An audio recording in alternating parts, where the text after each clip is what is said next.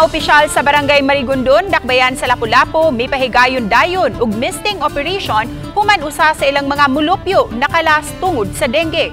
Ani ang report. Gahapon lang yung adlawa na deliver ang misting machines o gigamit dayon kini karong adlawa.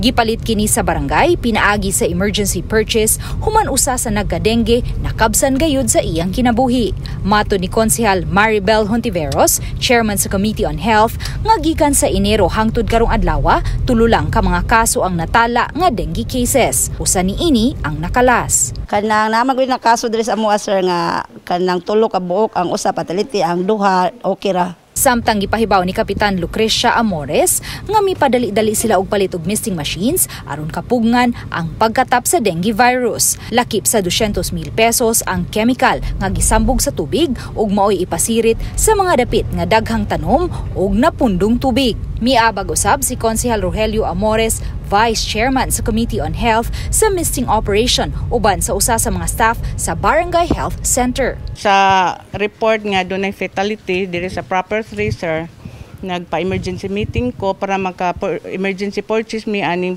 para sa dengue. Ganiha lang, gipirmahan na sa kapitan ang cheque nga ibayad sa supplier. Midugang ang kapitan nga gi-realign nila ang gahin alang sa COVID-19 tungod kay hapit naman walay kaso ug kini ang ilang gigamit pagpalit og misting machine.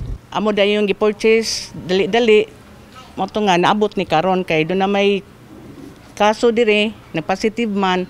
Nag-request man sila mo nang amo ning gihimo karon. Uban ni Godfrey Relien, Luan Merondina, Balitang Bisdak.